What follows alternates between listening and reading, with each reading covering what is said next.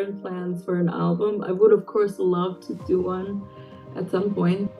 I'm already starting to write new stuff for myself. I'm a songwriter, I'm an artist. I started as an artist, but I kind of came into songwriting because there was no one around me that could write songs for me. So I had to write songs for me myself. And then I really fell in love with it. And ever since then, I'm a songwriter for other artists and for myself. I really enjoy what I'm doing. I'm very blessed that I am allowed to do what I'm doing. Maybe my personality I would describe as very open and fun and very caring and empathetic. I think empathy is definitely something that you need as a songwriter. And then my artist project is very, I don't want to say bad bitch, but it's it's kind of like more on the empowering side, cooler side, more like edgy sounding. And my lyrics are very fun, but at the same time about more important or deeper topics, just in a fun way. I'd say my style is definitely pop, but it has a bit of like an edge and cheekiness to it that you would probably normally not hear on the radio, I guess. I, of course, really enjoyed being on a Eurovision stage.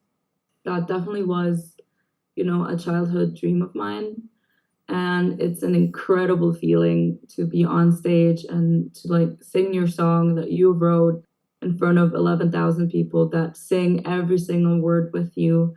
It's a magnificent feeling, honestly. I don't think there's anything like it. Not counting the millions and millions of people watching at home and, streaming the songs. I would definitely say Eurovision completely changed me as a person, or like it helped me develop as a person. I grew up as an immigrant child, so that's something that I always kind of had ingrained in my soul.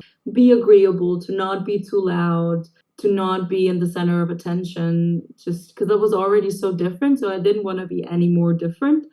But I guess with Eurovision, you kind of get thrown into the cold water and you are the center of attention and you have to do interviews and you are in front of the camera and people take pictures of you without asking. And it's like you get thrown into this world that as an introvert songwriter girly that sits at home and is a grandma through and through is something completely out of my comfort zone.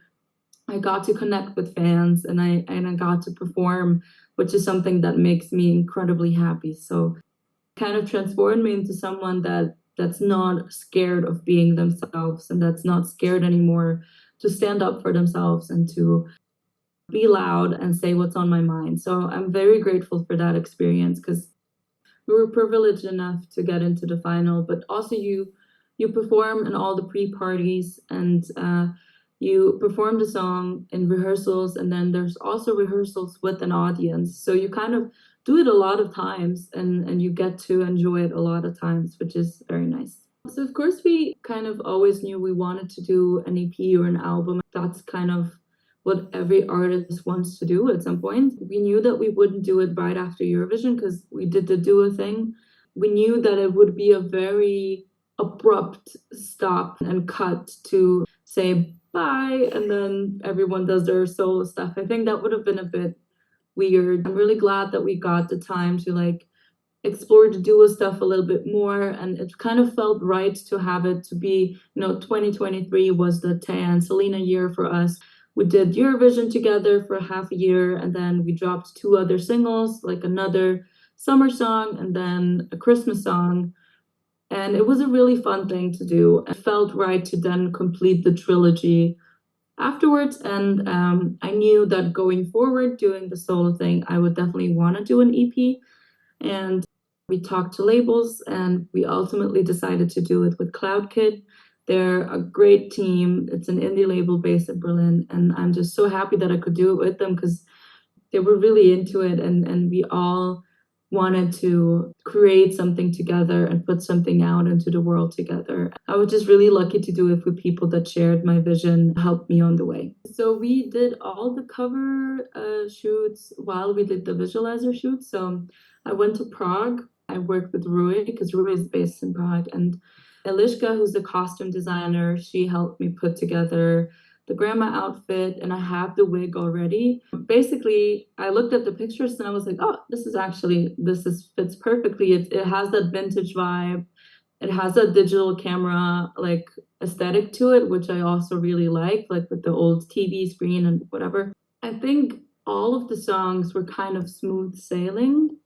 So To-Do List and Jail, which is coming out with the EP, so a bit later, both of them had a part in it that didn't fit into the song, but we liked it, so we kept it and we're gonna put it as an interlude piece. So there's gonna be two like 30-second parts that are gonna be either before or after songs. So I think those two songs went through the most transformation, I guess.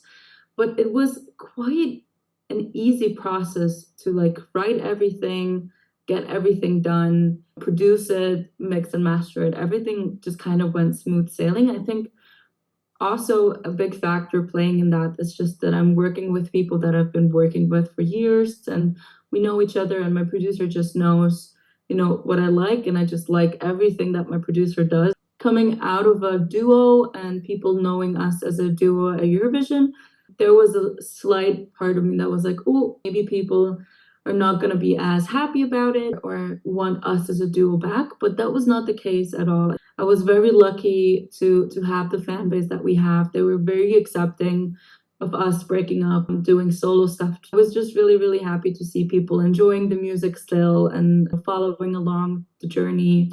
So I'm really happy with like how it's progressively getting better and people are, jumping on the bandwagon. And I also had the opportunity to perform it live. I did a support tour.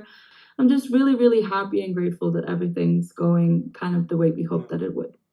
I mean, I guess most people know me through Eurovision. I've been lucky enough for them to like stick around for my new stuff. But before Eurovision, I didn't release a lot of songs by myself. I did quite a lot of features, but not really my own things. So Eurovision was a great platform for like people to get to know me and my sound and what I'm doing. And now that I'm solo and have released, more songs, I'm really glad that they stuck around. And I've noticed people joining and being part of my journey. But I am definitely very grateful for the bubble of Eurovision that is still by my side. So there are no current plans for an album. I would, of course, love to do one. I'm already starting to write new stuff for myself. It's a bit, as a songwriter, it's a bit hard to juggle both careers. So I always kind of end up writing for other people more than I am writing for myself. I think like 98% of the time I'm writing for other artists. But I did start now with like the concept and where I want to go. And I'm really excited about it. It might be another EP, it might be an album, but it definitely will be new songs. You finish one project, but before it's even out, you kind of already start doing the next thing. I think that's just the nature of the music business. So yeah, I have plans, but none are like set in stone yet. I don't have any collab plans currently. I definitely have some artists and some friends that I would love to do some songs with, but I think first and foremost I would have to, find the sound and the ideas for the next body of work, and then I think it would be cool to get some people on. Right now, until at this point, I've only ever like featured on other people's stuff. It would be kind of cool to have somebody feature on my song. That would be cool. Right now, I'm really excited about the drop of the EP, which is on August 30th. Like a day before, on August 29th, I have a showcase in Berlin. It's mostly for industry people, but I'll try to get some fans into it as well, just to have familiar faces in the crowd and people that can sing along, because, business people are not really the type of people that are gonna go to do list. So, because I really enjoyed the support tour, and that's also something that I'm really looking forward to with November and Aiko's tour, is to do more shows and to be on stage more. I might also do some, support for Nemo. That's still, very open, but I would love to just, be on stage more. So I guess that's the main goal for 2025.